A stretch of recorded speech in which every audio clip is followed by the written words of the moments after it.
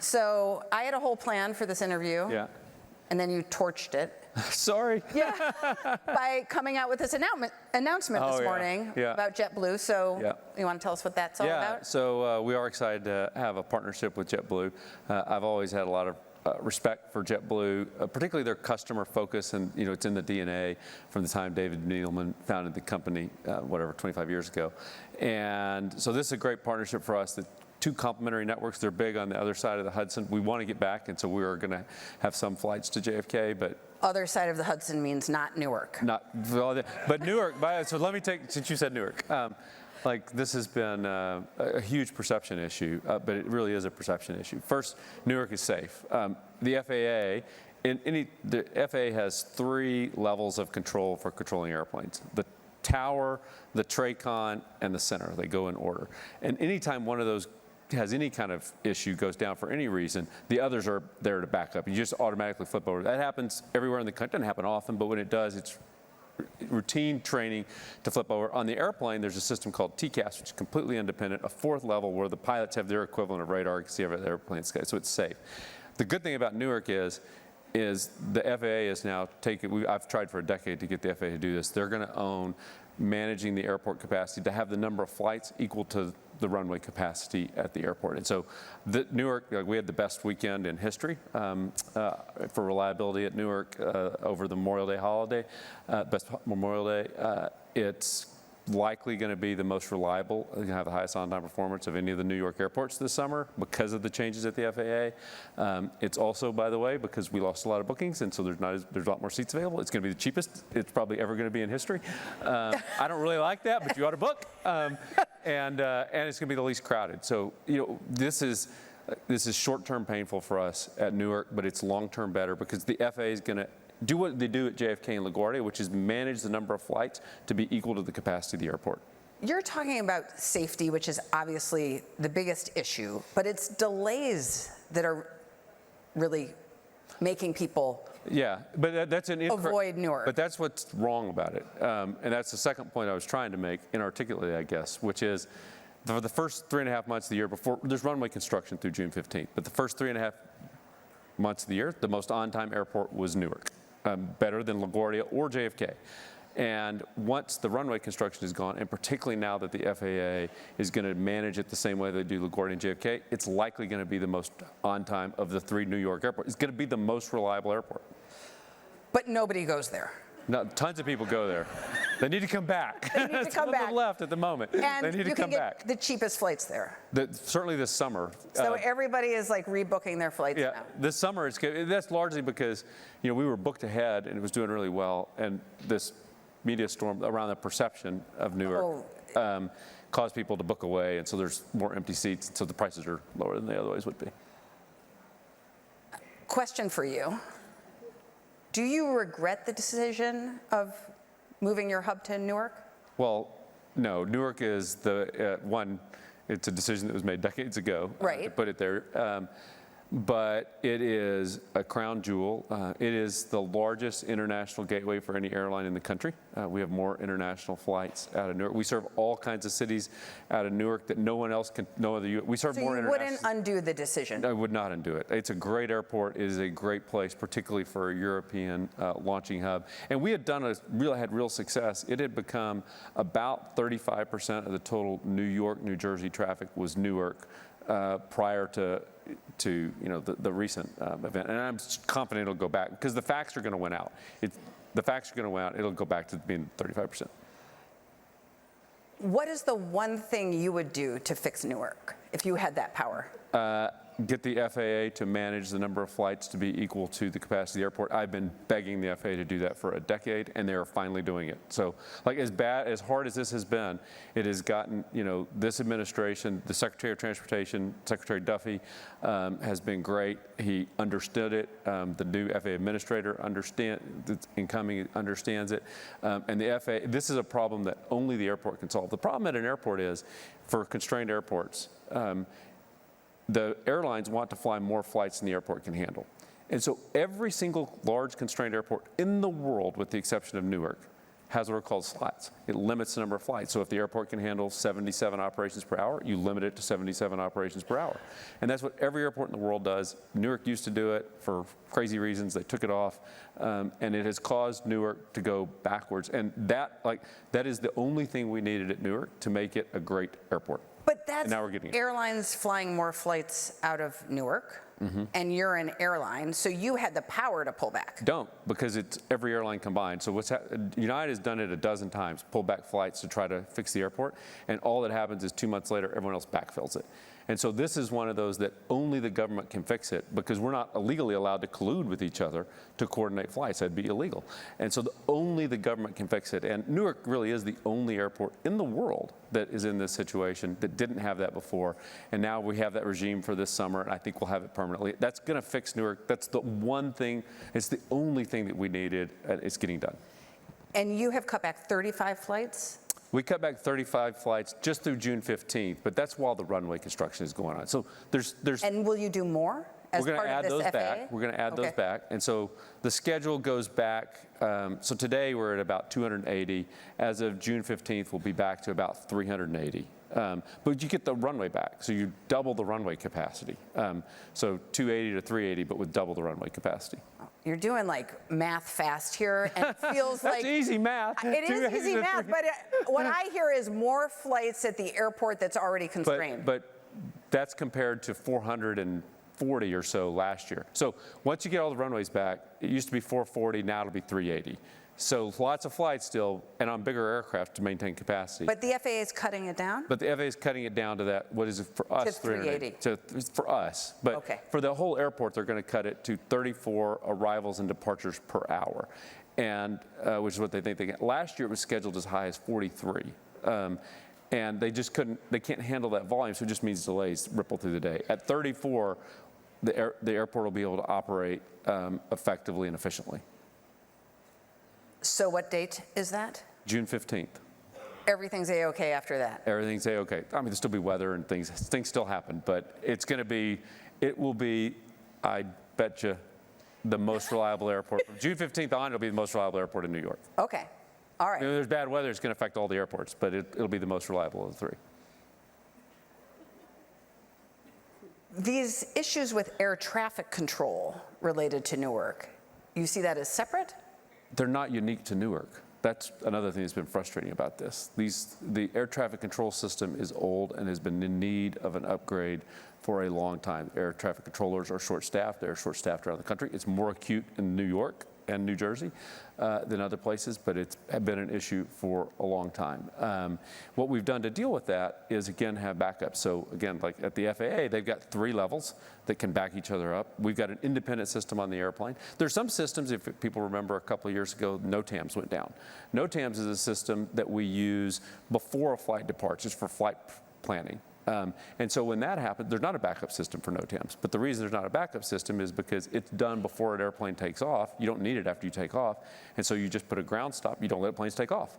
Bad for customers, but it's never a safety issue. I think none of these things cause safety issues. They cause delays, and it takes longer to fly from, Delta said this, Atlanta to New York than it did in the 1950s today. Right. Even though our airplanes fly faster, it takes longer because we have an air traffic control system that's antiquated. And so upgrading it is not about safety. Upgrading it is about eliminating delays that are unnecessary, that are built into the system today. It's also, though, not unique to Newark. This is that's been the frustration. It's the same technology everywhere. What does it need to be upgraded? It needs to be modernized, a modern system. I mean, much of it is, Secretary Duffy showed it, it's old copper systems. They have their own network instead of using the kind of, all of us use the backbones of the internet. They have a bespoke network, and trying for one organization, trying to maintain a bespoke communications network. Might have made sense in 1950 when you started building this stuff, but it doesn't today. Is the most pressing problem there technology, money, or staffing? Well, you need money for all of them, but staffing is number one. The FAA is about 30% short-staffed. They got this challenge historically, although Secretary Duffy is changing this, but all the controllers had to go through a facility in Oklahoma City, which apparently can't be expanded.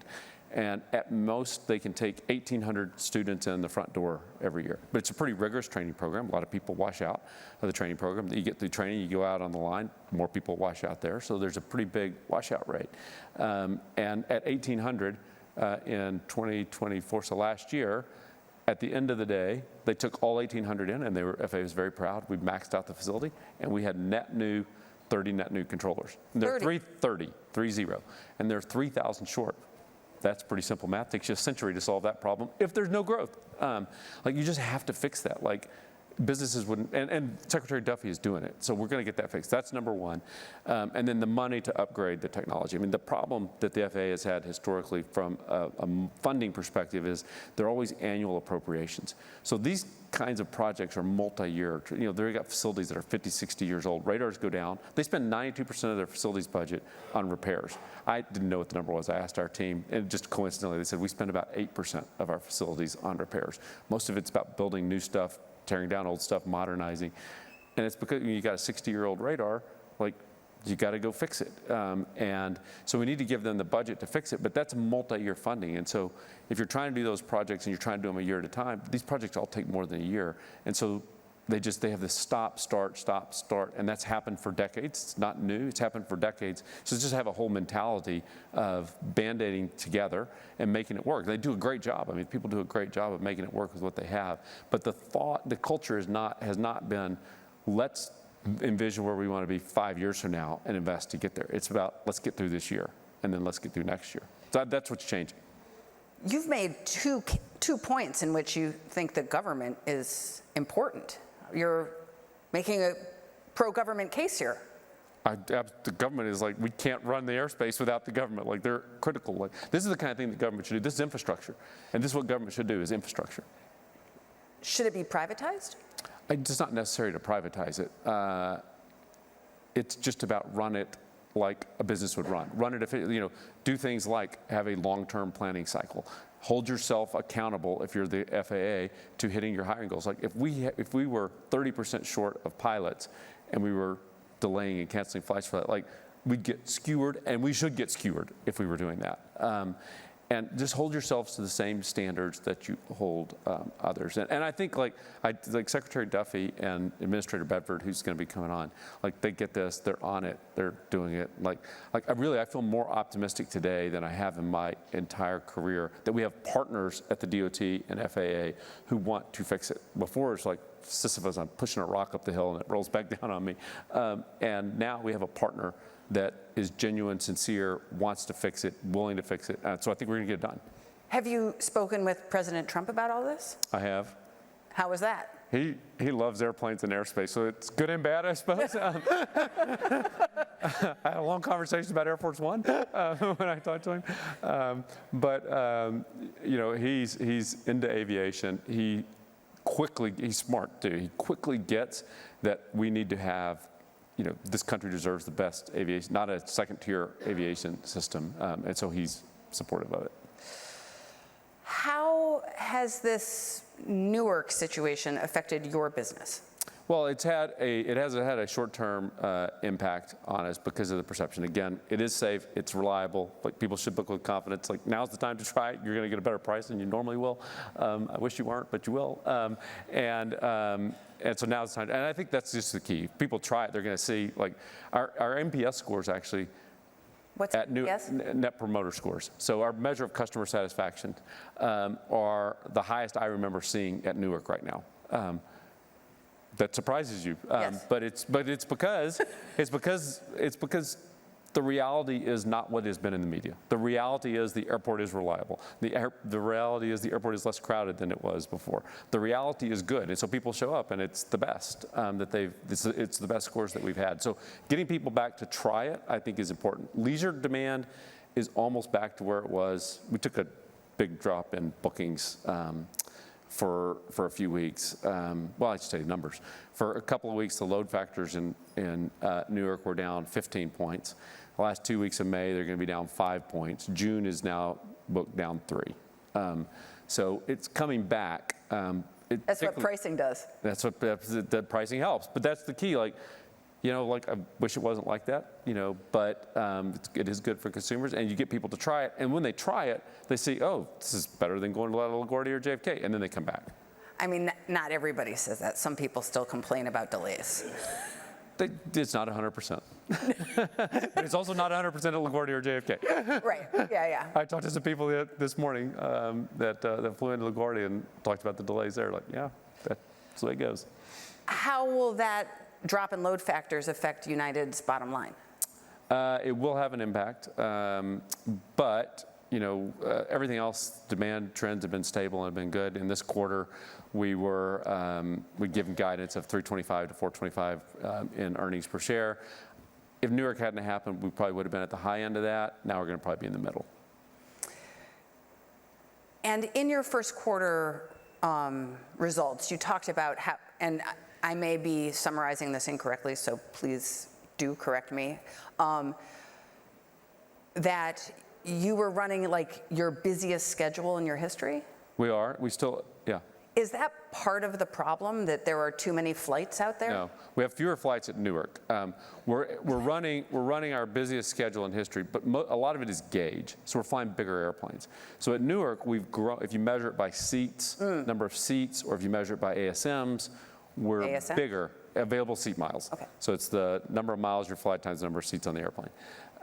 Those are the typical capacity metrics. We have fewer flights at Newark than we used to have, but we have more seats and we have more ASMs. We're flying bigger. Instead of flying a regional jet, from here to Allentown, we're flying a 777 to Paris.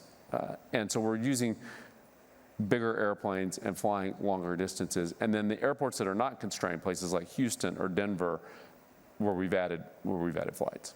Dulles is another place we've added flights. So can we go back to your JetBlue announcement? Yeah. Yeah.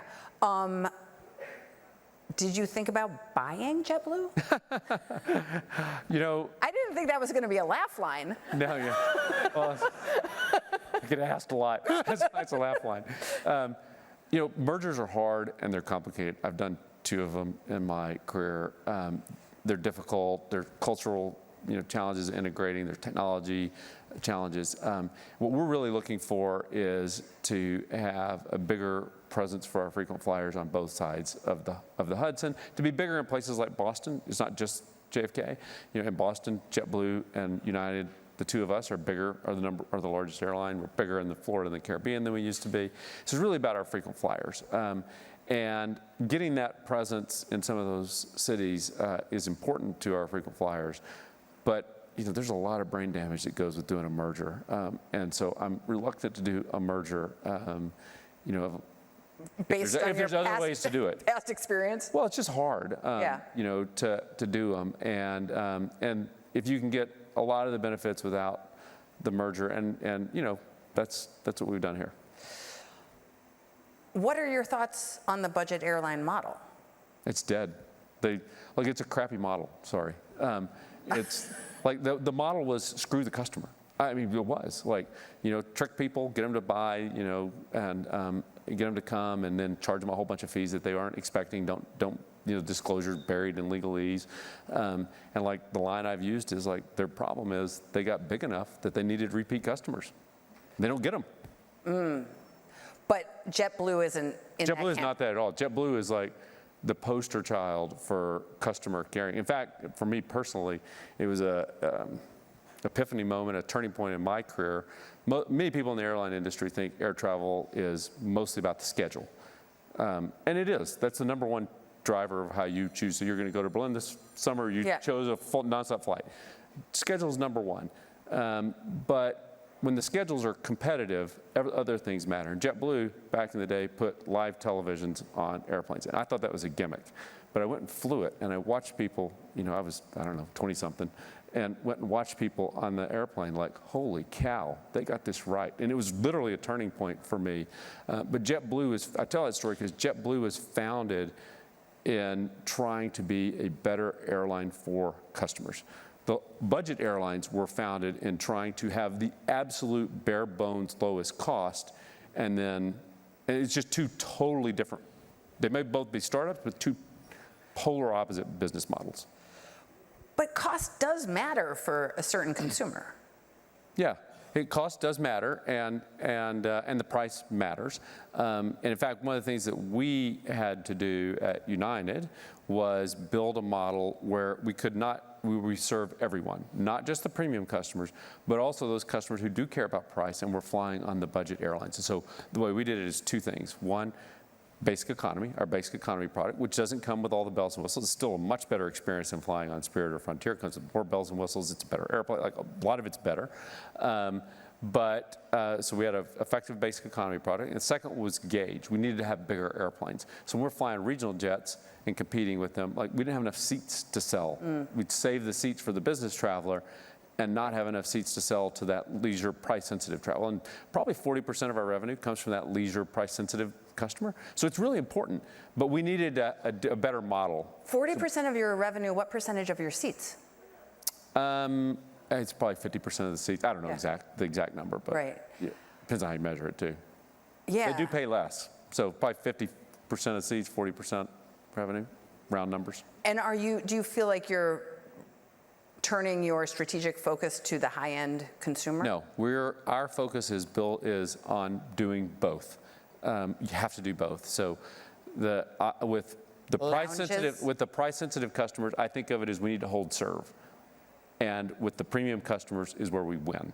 We win the match with the premium customers, but we have to hold serve with the price-sensitive customers. How is the American consumer from your vantage point? You know, a lot better than when I read the Wall Street Journal every day, as you know I do. Whoa, burn. That's not a burn. It's not meant to be a burn. It's a lot better than what people think. Like, the consumer is holding in there. And I also think one of the things that's happening, which we saw this happen post-COVID, is there was an acceleration of goods purchases. You can see it in the GDP data, inventory, imports coming in. And is now shifting back to services. Same thing happened during COVID. People couldn't go out and spend on services, so they bought cars and refrigerators and accelerated all that. Yeah. And then coming out of COVID, they were spending on services, which included travel. I think we're seeing now that rebound effect. You don't need a second refrigerator, and if you bought one, now you're spending on services. But the consumer is resilient, I would say. Are you seeing any shifts in cabin or in using miles versus money? No, the premium is the strongest. If we've seen any weakness, it's been in the domestic economy cabin. But internationals remain strong, and premium, not even a blip. Are you seeing any, sort of anti-Americanism from outside the world coming in? There's less travel. Canada was the biggest that we saw. We saw about a 9% decrease in Canadians traveling cross border. Last I looked at it was about 5% decline for Europeans coming to the U.S. But our business is 82% Americans going to the other places, so they've more than made up for that. But if we've seen it, it's been very small. How's business travel looking? Business travel continues to recover. It's still not back to where, in inflation-adjusted terms, it's not back to where it was pre-COVID, but it's growing faster than GDP. It's inching its way back. Do you think this, and tariffs are now off again, I think, maybe for a little moment, who knows, but do you think that will hit business travel? It hasn't really yet. For us, the biggest impact of tariffs is what's it going to do to the macro economy. What's your view? I'm much calmer than most people about the tariffs. You seem very calm. Mostly also I say, this isn't the last, I've had to say it to my board and to others, every time, let's just all take a breath. This isn't the end game. We're not to the end state yet. And so let's wait and see where it all shakes out. Is your board nervous about it? I don't think so. Okay. I think everybody, a lot of people were nervous when it first happened, the first, whatever day that was, when the reciprocal tariffs first came on. And that was when I started saying to people, let's just all take a breath. Do you have any other feedback for the Wall Street Journal? Yes, but I'll tell somebody on the app. Actually, the app has gotten better. Oh, okay. It's technology. All right. I'll take that. You know, we're open for feedback. I've read the Wall Street Journal basically cover to cover every day since I was in college. And every time you upgrade the app, it's like, oh. We need to get you in our beta program. Yeah. Over it. Right. Everybody should take a page out of this book, read the Wall Street Journal every day, cover to cover. Very good, because you read 3 hours a day? I read about 3 hours a day on average. So I read the Wall Street Journal. I have actually 5 magazines that I've been subscribed to for a long time that I read, and then I read about a book and a half a week. And what value does reading books? I think everyone should do it, although you got to have a curious mind, I guess, but it lets you connect dots that other people can't connect. I think it's one of the things that I'm particularly good at, not to be egotistical, but I see things that seem so obvious to me, and other people don't see them until after they, I thought COVID was a global pandemic on February 29th, 2020. 2 weeks before the NBA, because it showed up in northern Italy. Like, you read it, like, of course this is a global pandemic. It's almost like you read about it in the Wall Street Journal. Well, but you're reading all kinds. That one I actually happened to have read over the Christmas holidays. I'd read a book about how global pandemics had shaped society. It wasn't about pandemics, but went back to the Black Death and all the way back to China, for millennia, and how those things had caused societies to change. It was just interesting. But like, that's in your head when you're following what's going on in China. Reading books just lets you connect dots and see things that most people don't see. And think about the future. It does. And think about the future of everything. We're all here. What is the future of air travel? So this is probably less sexy and revolutionary than the future in some places. I think we're still going to be flying airplanes into airports, and unless somebody invents a transporter, that'll put us out of business, but it'd be cool. I don't think that's going to happen, though. But a lot of the near-term future, I think, is about innovating for the customer, making it easier to deal with. Like, one of my goals is to get to where anytime there's a delay or any kind of issue on your flight at United Airlines, what I've asked the team is, pretend I'm on the flight and I have called the operating center and asked you what's going on with my flight. What would you tell me? I want to tell all of our customers that proactively. Just be open and honest as we can be. But a lot of technology things I think are going to make travel easier. For aircraft, I think we're excited about supersonic. Potentially, they got to extend the range of the airplane to be able to make that work. What's supersonic? Flying faster than the speed of sound. Supersonic aircraft. So we've got to deal with Boom to buy supersonic aircraft. Right now, it's an airplane that can fly from the East Coast to Europe. I think to make it economically viable, we need to be able to fly from the West Coast across the Pacific, longer distance, to get across the Pacific to make it viable. But if you do that, that'll be really cool. When is that going to happen? They say 2030. That means later, but in the 2030s. They got to extend the range. You got to set deadlines. I think with aircraft development programs, we've all broken deadlines. You can set them, but deadlines do help. We signed our deal with JetBlue saying on that last night because we had a deadline of today to announce it. So it got signed at like 6 p.m. last night. If the deadline had been tomorrow, it'd been tomorrow night. Right. Yeah. Anyway, I probably shouldn't have said that, but it's true. It's the way the world works. The other thing that I think is cool is blended wing bodies. This is like the B-2 bomber. The whole airplane is the wing. And so it's way more aerodynamically efficient, burns less fuel, you can put more cargo on it, you got more payload. Do we have a picture? Oh. Yeah, there you go. Whoa, there it is. It looks like a flying triangle. Yeah, I think that's what it is, because it's a wing. I wanted to have a paper airplane. Yeah. Because I feel like it looks like. I used to make paper. I love making paper. My kids like making paper airplanes. It's like, put our eye out. They're pandering to you. They're not pandering. They definitely don't pander to me. But that's, that I think is going to be. How futuristic is this? I don't know what the timing is on when they're going to get built, really. But I'll say 20 years from now, they will have been built. It'll take less than 20. But 20 years from now, I think you're going to fly to airports, you're going to see a lot of planes that look like that. They're going to need bigger runways. Well, it's probably not bigger runways because that's a wing. So like wider. Lift. They're going to. No? No, those will fit on runways. Okay. You're going to have to make changes to the gates at airports. They're bigger, so but those are the kind of things we do all the time. And we can do in a 20-year time horizon. We can do it faster than that. Okay. And what is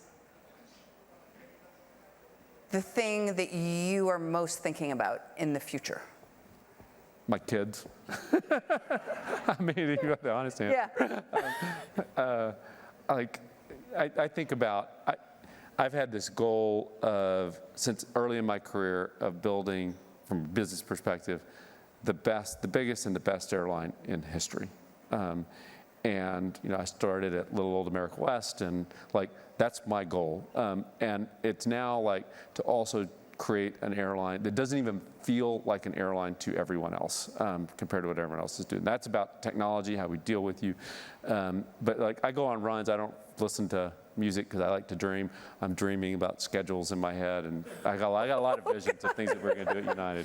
But you talked about your kids. How do you think about sustainability when it comes to air travel and the future? So I have 7 kids, by the way, and I do care. And I'm a climate change, I'll call it climate change geek. Back to I remember reading the article about an article that was really geeky about what would happen to the Gulf Stream, with climate change and water melting in Greenland, and that got me interested in it. And it's fascinating science, and I think we need to address. We do need to address it. I think the world is going to. It's a longer conversation, but geoengineering is probably where we're going to have to head, which I think is a good chance that's going to work. That's different than the current path, but. If you're interested, I'll tell you more about it. But I think it's really important that we do that. And at United, it also happens to be aligned with our business imperative. For us, the biggest thing we do is burn fuel.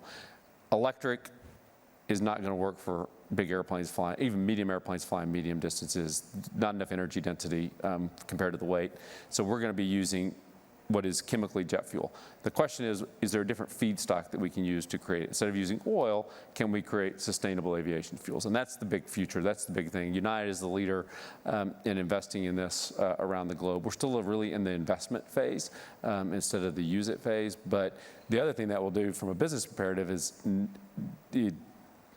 eliminate our second biggest cost, the risk of our second biggest cost, which is fuel. Labor is number 1, but fuel is number 2. And so, there's a war in the Middle East and our costs skyrocket. And if we can produce it from something other than oil, a different feedstock, then we untether ourselves from that. What are the promising feedstocks? Well, there's a lot. The most straightforward is to take there's currently 17 billion gallons of ethanol produced renewable ethanol produced in the U.S. every year. That's used for cars, road transport. And road transport, as Mary Barr said, ultimately is going to electrify. Maybe not tomorrow, but it's ultimately going to electrify. And so that's a sort of a stranded asset in the middle of the country that could easily be used to produce jet fuel instead. It's also the reason that I think sustainable aviation fuel has this unique bipartisan support from both Republicans and Democrats. Democrats more about the sustainability, Republicans from farm states sort of more about that. That's not the only feedstock, but that's the most straightforward.